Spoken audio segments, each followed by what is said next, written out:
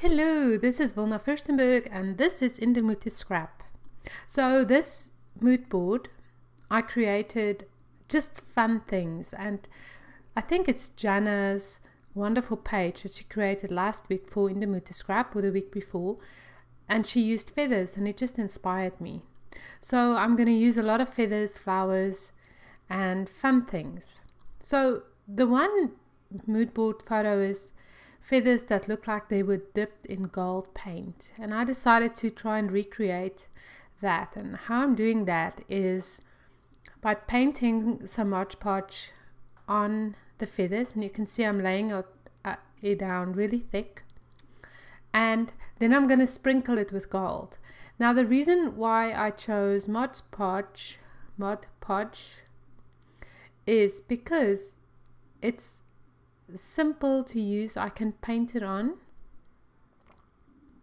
and I think glue would have been a little bit of a mess, a bigger mess than this. So just use a piece of paper underneath, and then you paint on your liquid, and then I'm gonna sprinkle it with gold sprinkles, and it turned out lovely. I must say, I love how it looks. So it's not really very difficult to do this. I used my silhouette and I cut the feathers out, and I used two kinds of paper, a white and the one with the Studio Calico text on it, and in the end I only used the white, but I actually love both of them very much. So give it a sprinkle and then just remove it right away, otherwise it's going to stick to the paper you painted on. So that helps.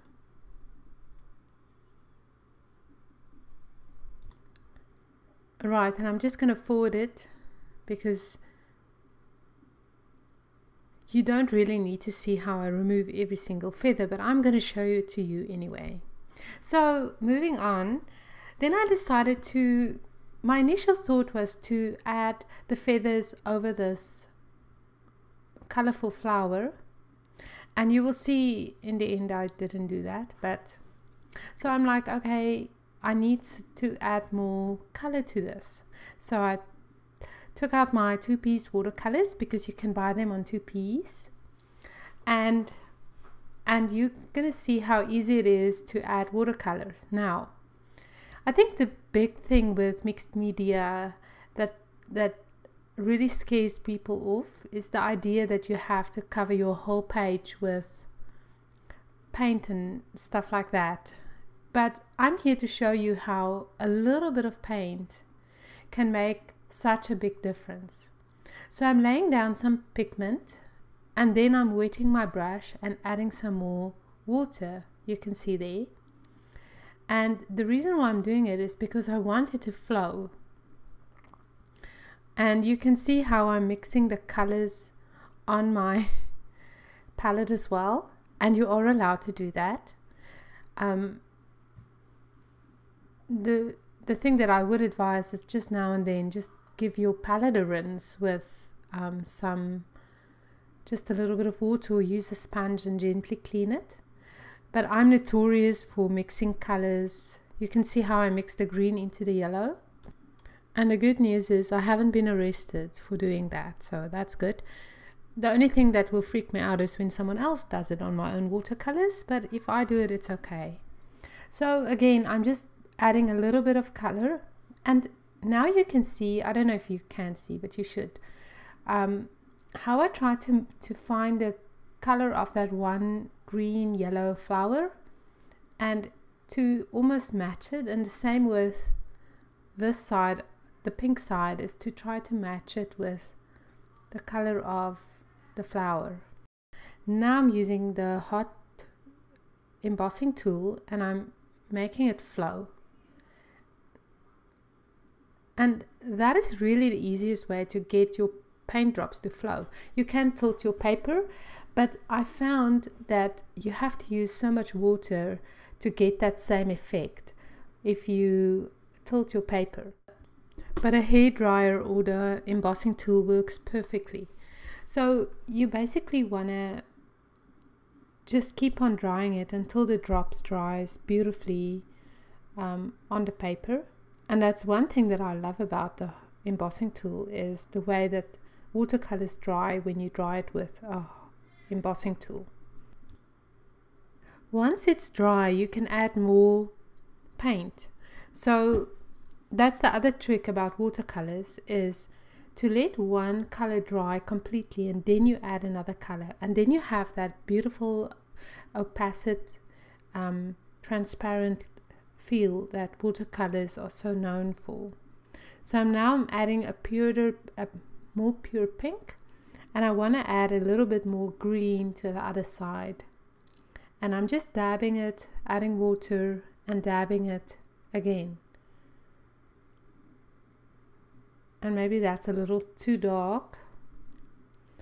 No, that's perfect. So you can add water to dilute the color as well, and you can see, if I tilt the paper, how beautifully it runs.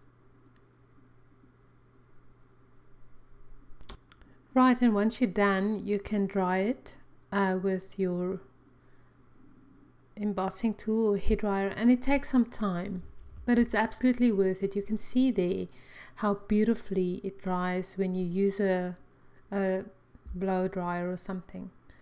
So this is the photo I want to use, and I'm speeding this up because I just want to show you. My initial thought was to use more like a stationery type of feel to the page, and I have this little envelope by Maya Road and some tags, and the feathers, I wanted to add them on top of the flowers.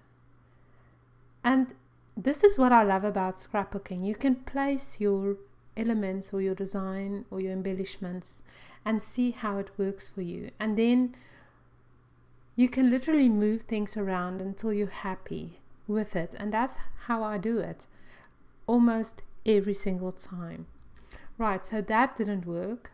So I decided to take the white feathers and group them together, and all of a sudden I just love that. And that sticker is from Cartabella, the Hello collection, which is also the background papers. And let me tell you something, those papers are amazing. They are thick and has a beautiful texture to them, and it's just absolutely lovely to work with them.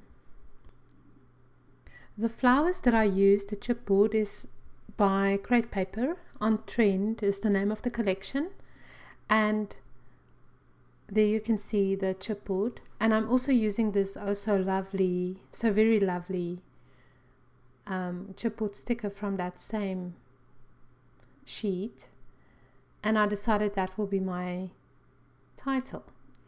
And this is how you decide where to put things. The reason why I didn't want to cover up the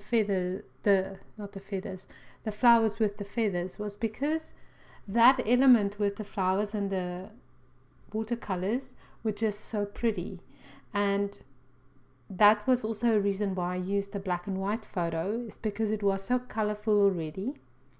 And you can see Tia sitting on this hula hoop that's covered with foliage, and the flowers and the watercolors reminded me of that as well. So I think it just complements it. I'm stapling the feathers together with a piece of ribbon and a butterfly. Those butterflies are from a project that I'm working on in my art class too, and I actually cut them with my silhouette out of old Making Memory paper. I don't know if there's some of you that still can remember those papers from Making Memories. I was on their design team for a lot of years, and I still have a pack of them, and I love it. So I just use them to cut the butterflies out of. I'm using a little clothespin on the one tag to add a butterfly to the tag, and it just gives you that feeling of softness, and it's a little bit romantic. So that's the reason why I decided to do that. Also, the craft paper is a big inspiration on the mood board. So I'm using some gold stars because I wanted something gold to complement the gold tips of the feathers. So I'm using these stars by Studio Calico. And I think I'm almost done adding embellishments to my page.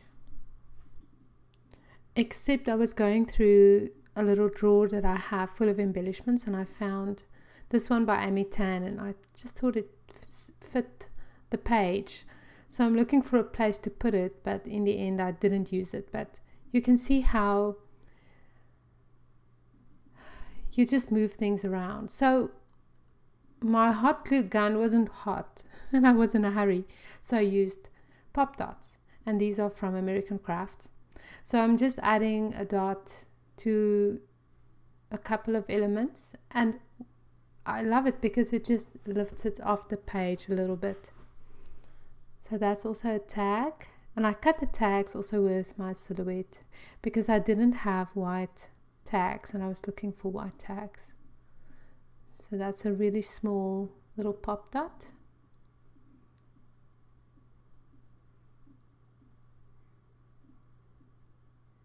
So fluffing the feathers a little. And now you'll see I just couldn't find a place that might have worked, but I think it was busy enough, so I took it out. So just put it back on the sheet and put it back in your stash, and it's ready to use. So now I'm going to cut my page a little smaller, and I'm using this background by Carabella and some October Afternoon lemon yellow, and I want to just add that little bit of yellow.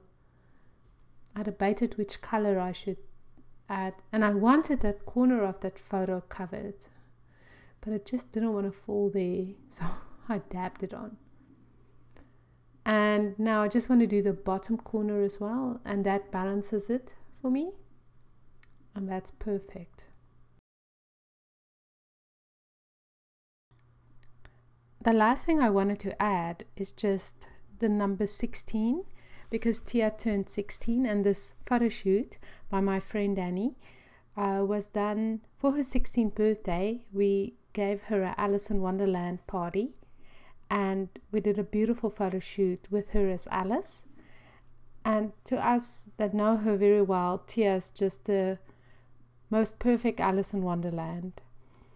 So the journaling I wrote on the cardstock, and I used the Becky Higgins Project Life pens that you can find in the 2-piece store, and I love those pens. They come in packets of 3 or 4 with different sizes, and I adore them.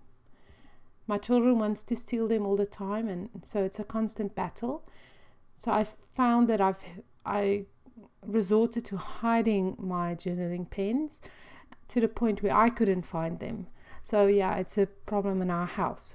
But anyway, I'm writing a little note to Tia, as I always do. I find that journaling comes easy for me if I write a little letter, and it turned into a little prayer where, as I very often do, it's just so precious. And I hope one day when they read the journaling and look at the pages, they would get to a better understanding of how much I love them and how much I want for them in this life. So I decided to journal on the other tag as well, and I'm just more writing what's happening on this page, Tia as Alice in Wonderland, and I think the journaling balances each other out perfectly. So I'm having a towel underneath my hands because the paint was still a little wet. So that's always a good idea. Even if it's dry, still put the towel there, because certain inks don't dry so well. So sometimes it will just smear a little. So yeah, that's the page. And that's it. I think it has a very carnival feel to it. and I'm super happy with it. And thank you for watching In the Mood to Scrap. And before you sign off, I just have one little thing to show you. I just added 2 bonus chapters on my art class on 2 Peas in a Bucket. Come and check out the 2 amazing designers that's sharing their videos and pages with us. So inspiring and so awesome.